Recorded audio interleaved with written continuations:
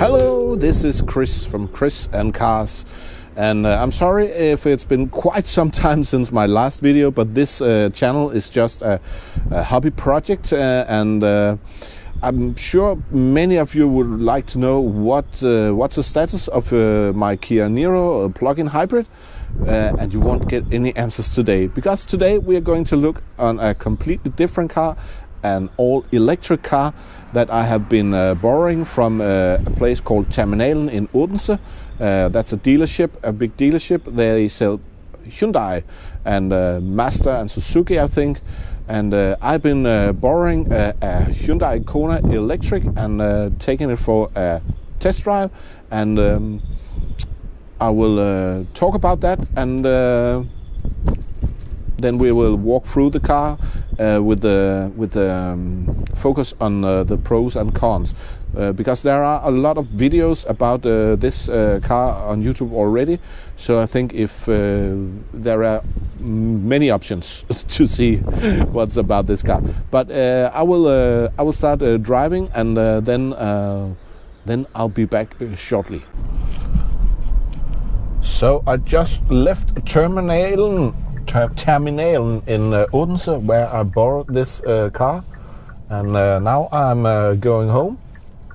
The distance is almost the same as I normally go to work, so it's going to be interesting to see the consumption, and also if my charger, the charger I have for my Niro is able to charge the car fast enough so it's full again the next morning.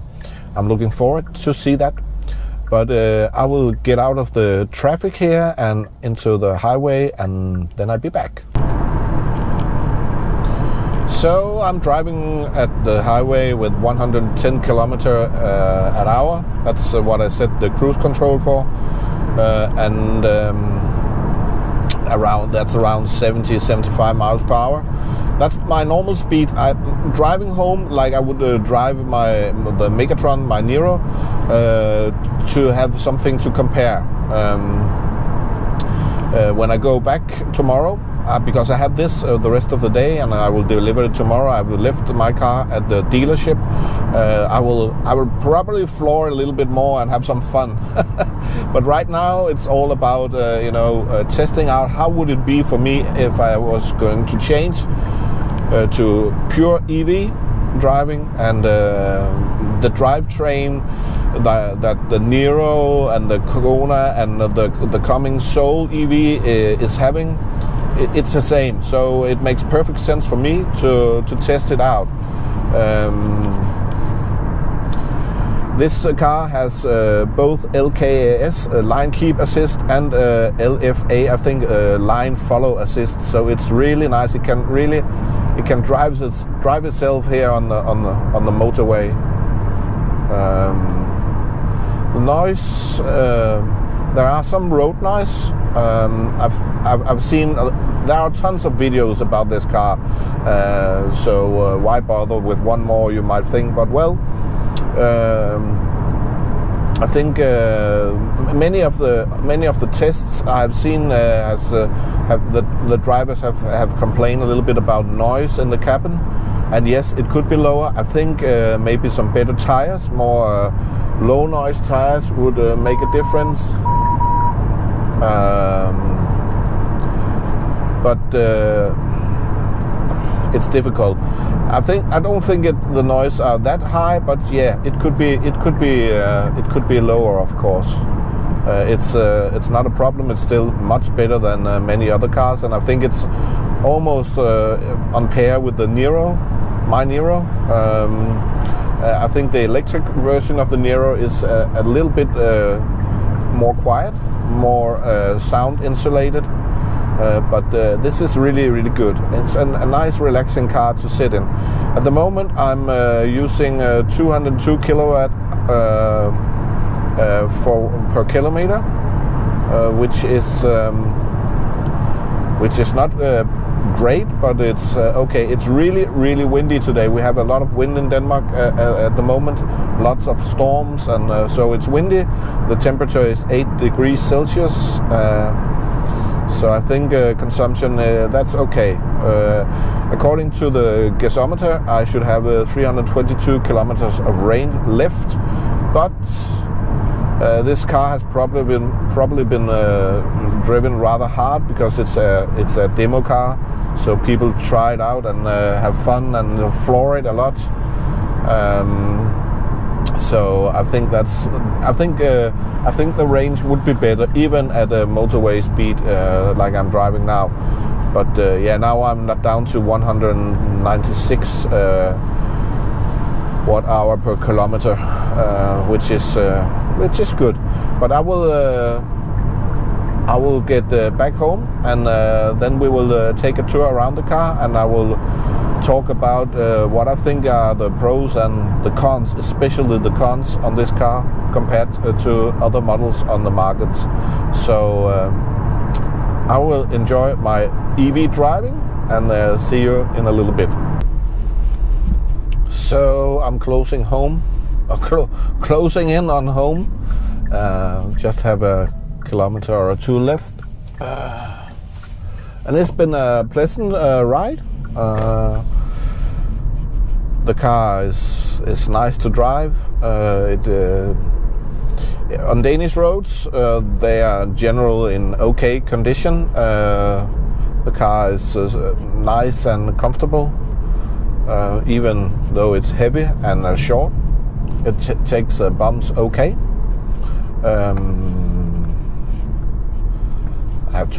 There's so many new things in this car compared to my normal one. The adaptive cruise control, which works until stop, is really a nice feature compared to the one I have in my Nero, because I have to, if I could get to a complete stop, it'll break off and I have to activate it again. I don't in this car, and it works perfectly. Consumption is 162 watt-hour per kilometer, so a decent decrease compared to what we started with. I've been driving 46 kilometers, and the gasometer say 295 kilometers of range left, so we gained around 10 more kilometers of range compared to the start. I was starting with no heat, no air condition turn on. I have turned that on now and put it in driver only, which is a really great feature the Hyundai Kia has in their cars. So you only heat or cool the area where the driver sits if you're alone in the car, and I drive most of the time alone, so there's no need to warm up or cool down the rest of the cabin, and that saves a lot of energy. So that's really nice. I've been driving in the comfort mode. I think this car has eco, comfort and sports mode. I have been driving in comfort mode, so maybe if I had been driving in eco, it could have been the consumption would maybe have been a little bit better, but you also need to have some kind of, if you have a car, you would like it to be nice to drive in, and not to that you don't have to sacrifice too much stuff in order to save energy. Okay, I have to concentrate a little bit now. So all in all, it's been a nice drive. I've been driving slowly and thinking about, the most efficient way of driving. We ended with 160 watt-hour per kilometers, and the 46.4 kilometers I've been driving, around 8.4 perhaps has been on in city and highway, and the rest has been on motorway. So that's like 38 kilometers motorway, and the rest with a slower speed. But I will get out of the car, get rid of some stuff I have in the car, and then we'll check it out. Okay, I'm back, and of course it's really windy today. I hope it won't affect the sound quality too much. I apologize in advance, but the car is parked, and I think we should take a look at some of the features and the pros and the cons. Let's start with the boot. It has a rather small boot. Now this has this I can't remember what's it called. This protector you can get. So if you have wet or dirty things, you won't ruin the cloth. And this has the car has space underneath, and you can actually the boot floor you can have in two positions. The higher one, which is standard, or you can see, if you can see down there, it's possible to put it a bit lower and then get a bigger boot. It's not big. I will try to test it out with a suitcase because that's interest for me, and maybe I should get that. Every summer we go on vacation, and one of the key factors for me, or major things, is that our luggage is supposed to be, it has to be in the car, and so I took out the two suitcases we use, and as you can see, they can just be there. I think actually if I put down the floor in the trunk, it would be even better. But right now I can actually close the tailgate, and it's closing. So it passed the suitcase test, which is great. But I had to remove the partial shelf, but that's okay. Now another thing about this car compared to the Nero is space. This is a smaller car, and the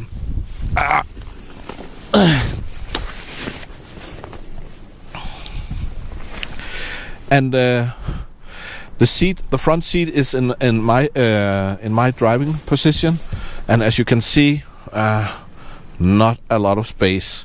Not a lot of space for a 180 centimeter or 6 foot, around 6 foot tall guy at the back of myself, and that's really one of the big cons with this car. It's the seat for the rear seat passengers. It's the space for the rear seat passengers. It's not really that great. Another thing is there are no ventilation for the passenger seats. There are under the front seats there is hot air blowing out, but there are no ventilation here like in the Nero. You have almost the same. You have cup holders and armrests. But again, another thing when I go on vacation is, now you've seen the two suitcases. I actually have one more, and I would like to fold down the back seat to have space for the last suitcase. And the way this car is, the 60-40 split is placed, it will mean that if I put down there's not a lot of space here. If I put down, it splits the wrong way. Oh, this is the wider part is on the left side, and the small part is on the right. Which means, of course, I can have my suitcase here, but my son, who is sitting in the back, will only have one seat. In the Nero, it's the other way around.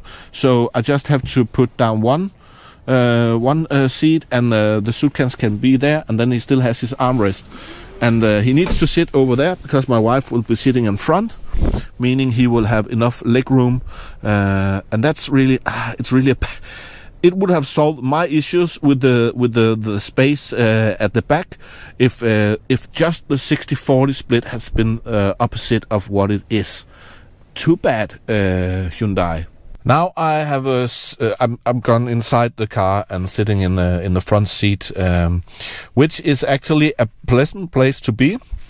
I think design and stuff like that. Well, I haven't actually been talking about the design of the car. Well, I forgot that. Design is always. Now we wait. We end with that, but. I like the way things are in this car. One of the benefits compared to the Nero is the placement of the infotainment screen. It's a bit higher than in the Nero, making it more easy for me to see. and disadvantage is maybe the placement of the buttons, because I can reach it, but I have really long arms. I guess maybe if you're a short person or have really short arms, you could have problems reaching out for those buttons over here. For me, it's not a problem. In the EV Niro, there is not this floating thing like here. It's got a big room down here, so you can put stuff down. In the Kona, they have this room underneath, and it can be good or bad. Let's see. Yeah, no. The good thing is that since this car doesn't have a USB outlet anywhere for the back seats, and if you want to have cables for the back seats, my son is always on an iPad, or maybe he's using the phone and he needs power. You can more discreetly take some cables from underneath here. It won't be that easy to spot.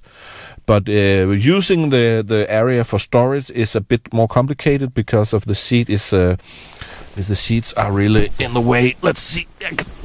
Let me show you what I mean. If you don't know, you can see the front seat is taking up some of the entrance for the room, and if you watch over there, the other seat I think is a bit more forward. If my wife was sitting there, it will probably be even more forward, meaning that it's really difficult to access the area under there. Another thing that is actually really annoying is there are a lot of hard plastic in this car. That's okay, actually. I know car journalists always talk about, the plastic is cheap, but how often do you actually do this in your car? But when I'm driving, I like to rest my leg over here. Sorry for the camera. I like to sit and just relax and rest my leg up here. And even on this short trip I have been driving today, because it's really hard, my knees is resting up on this hard plastic. It will be on a longer trip, it will be really annoying. So I would have to have some kind of padding here, otherwise it will be not comfortable, which is a shame. But besides the lack of space at the back seats, and this knee rest issue, and then I think the lack of USB ports at the back in this car. Besides those things, I think this is a really nice car, and it drives good. It's fast, overtaking on the motorway, no problem. I did that a couple of times, no problem at all. It accelerates fast, but that's typical EV cars.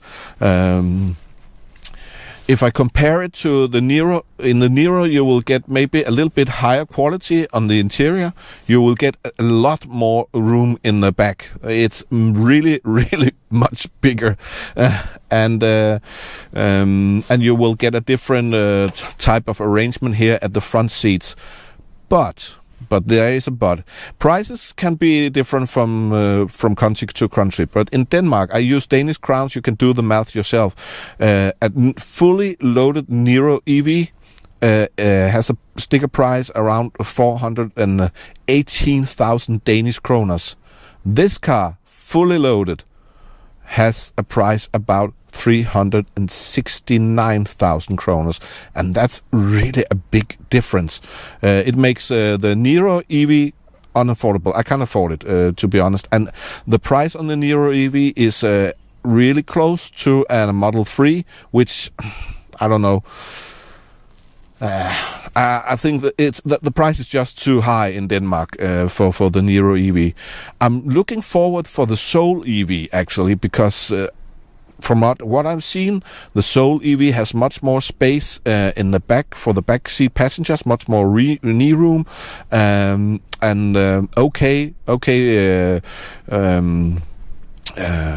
trunk space. And it's the same drivetrain and the same acceleration battery and stuff like that. So if you can live with the design, that's always a question. I think actually the Soul EV could be the EV car for me. also when we talk about price. I hope they soon will give us some prices here in Denmark. We haven't got anything yet. There's nothing out official, but I'm looking forward to that. That could be my next car, because I would really love to change to an all EV car. That's the danger. If you're getting a plug-in hybrid, you will fall in love driving EV mode, I think. Of course, some miss their engine sound and stuff like that. Okay, let them do that. I really enjoy a nice, quiet car. I like to drive quiet without any engine noise. And then I like the instant torque, the big acceleration. Even in my plug-in, I have from 0 to 50 kilometers or 0 to 30 miles. It's really fast. The torque is there. It's just fast. It's fun, and I really enjoy that. So I would like to switch out for an all EV car, but I need to find the right one to the right price. Yeah, the Kona, I think. The lack of room in the back is a decisive thing for me. I don't think I can live with this. I can, of course, 95% of the time, but when we go on holidays and stuff like that, it could be a big problem. Another thing about getting a Niro EV or a Kona EV at the moment is there is no app support. You cannot heat up the car from your phone. I don't get it, because they have app support for them, but if in Denmark they don't, you won't get them with app support.